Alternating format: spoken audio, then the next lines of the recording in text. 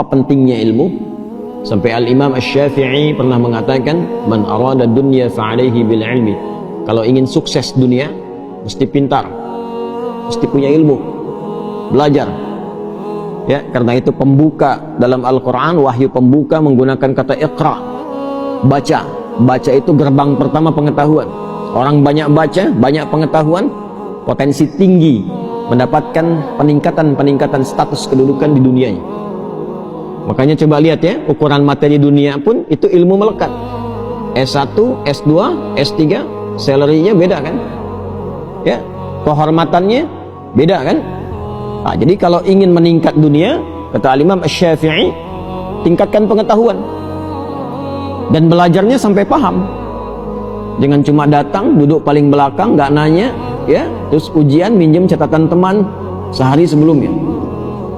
Ya, sampai paham, sampai mengerti, sehingga jadi pakar di bidangnya. Jangan tanggung, ya, fikih sekalian, kata Quran fikih sekalian. Quran surah 9 ayat 122. Insan beriman tuh kalau belajar, ya, dia pastikan apa yang dia pelajari paham, tidak keluar dari ruangan sampai dia mengerti apa yang dipelajari. Lihat tafaqahu fid din. Kemudian wa man arada al-akhirah fa'alaihi bil ilmi.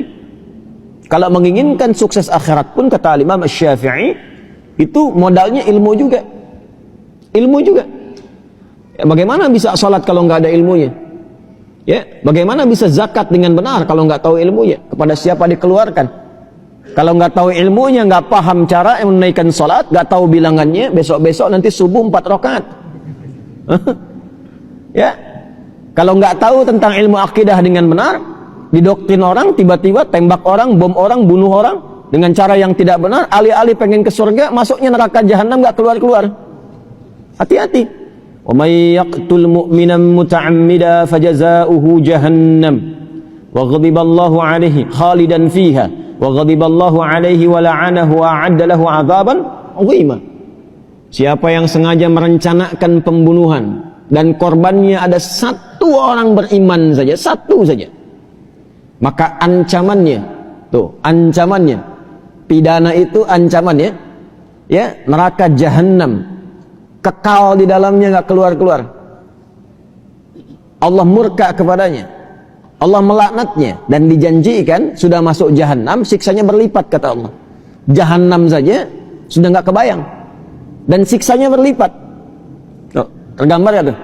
Ya, tergambar nggak tuh? Surah An-Nisa itu, ya, ayat 93 itu sampai dengan 94 itu merencanakan pembunuhan sengaja. Dan saya lihat sekarang itu kayaknya tidak meresap kepada jiwa-jiwa insan yang mengaku beriman.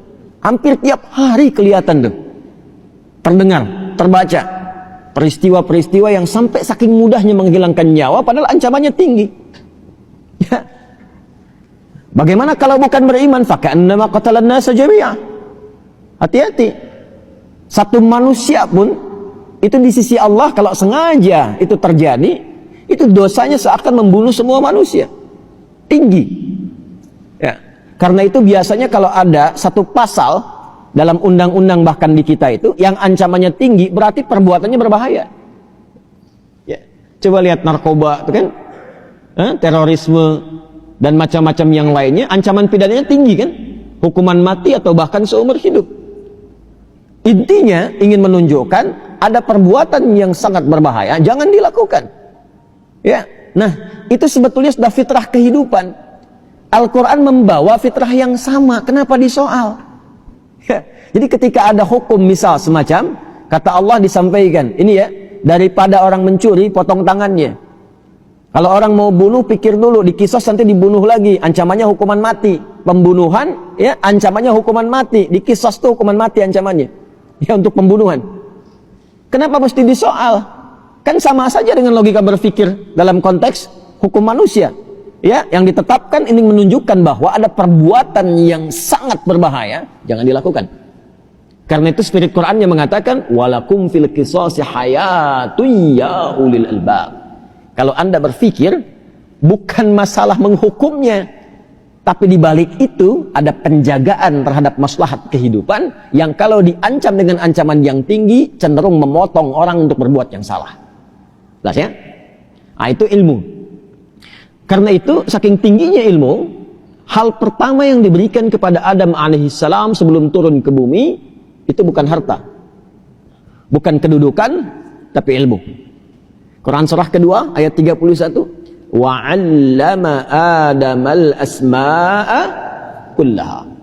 Dan Allah mengajarkan kepada Adam semua jenis potensi pengetahuan, semua jenis pengetahuan yang menjadikan ia mudah menjalani kehidupan di bumi. Semua diajarkan ilmu.